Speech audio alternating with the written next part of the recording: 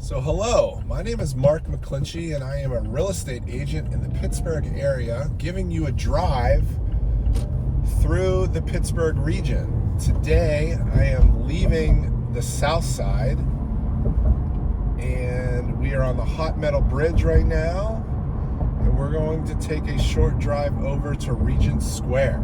So you will get a front row seat in what the drive looks like, what type of traffic we're having to deal with. We'll be going through the Squirrel Hill Tunnel and I will be talking along the way. No editing, no fast forwarding. You're just going to get essentially in real time a look at what it will take to get from one neighborhood to another. I've done a whole series of these videos, so if this is the first one you've caught, definitely go to my channel, which is Mark Knows Pittsburgh on YouTube, and check out the other videos of the Driving Around Pittsburgh series. I am recording these and then posting them a week or two later. So right now it is Friday, March 1st, and it is almost 11 a.m. So midday. This is typically when I'm traveling around. Right now I'm going to a closing out near Regent Square, so I'll just stop the video once we sort of get to the heart of Regent Square. You can kind of check that out. So right now we're just getting on the Parkway. We're down here along, this used to all be steel mills and they redeveloped it. I think J&L Steel was right back there, but now you've got research centers. Carnegie Mellon has a big campus there. They've got a couple hotels down there. So we are merging onto the Parkway, as I mentioned. We also went over, there's a footbridge there, pedestrian bridge for bicycles and walkers and joggers, which Pittsburgh has really expanded. Check out the video on my channel about the different transportation means of getting around the Pittsburgh area. I talked a little bit about biking and walking and things like that. So driving, of course, public transportation. So check out that video if you're interested.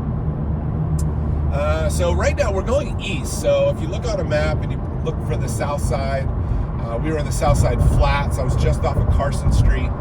And then we, like I said, we went the Hot Metal Bridge, and now we're on the Parkway East, which is 376. And we are heading toward the Squirrel Hill Tunnel, and we'll just hop out the other side to get to Regent Square. So the Squirrel Hill Tunnel, we have three main tunnels. We have the Squirrel Hill Tunnel, the Liberty Tunnel, and the Fort Pitt Tunnel. And it's really, in my opinion, the Squirrel Hill Tunnel that we're about to go through that generally gets the most congestion. Nobody's quite figured out. Everyone has their theory as to why it's so congested. I mean, I don't think it's rocket science. We've got 3 lanes here, and then we're only going to go through 2. But a lot of people think, like, why don't you just maintain your speed? Like, why do you have to slow down? But you're going to see, we'll probably not have to hit the brakes too much.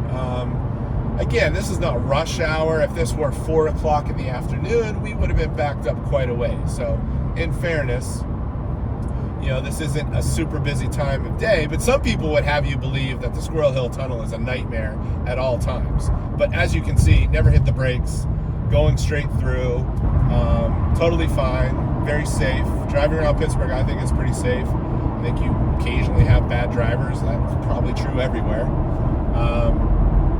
But Squirrel Hill Tunnel, I don't know, about a mile or so. We're going underneath Squirrel Hill, which is a nice little community. I have a lot of clients that buy there or want to buy there. Sometimes they're priced out.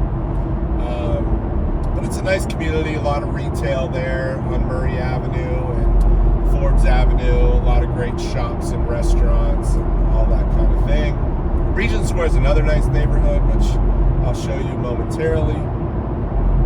But I do want you, I'm not sure how well my camera angle is in terms of the left side. So as we come out of the tunnel here, let's see how much traffic is going inbound.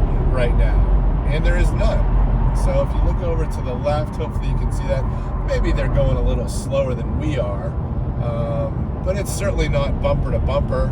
It kind of slows down as they get there, but volume's not too bad.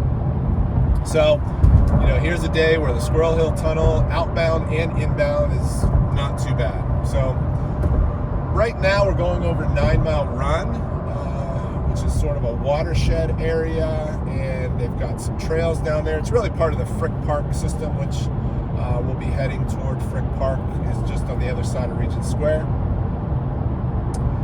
And this is the Edgewood Swissvale exit. I used to live in Edgewood, loved living there, a really nice community.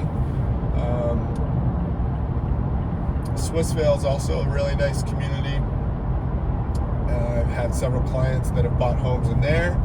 So really, yeah, if you're not familiar with the work I do, I have a YouTube channel, Mark Knows Pittsburgh, as I mentioned, but it primarily targets people living out of state or out of the area.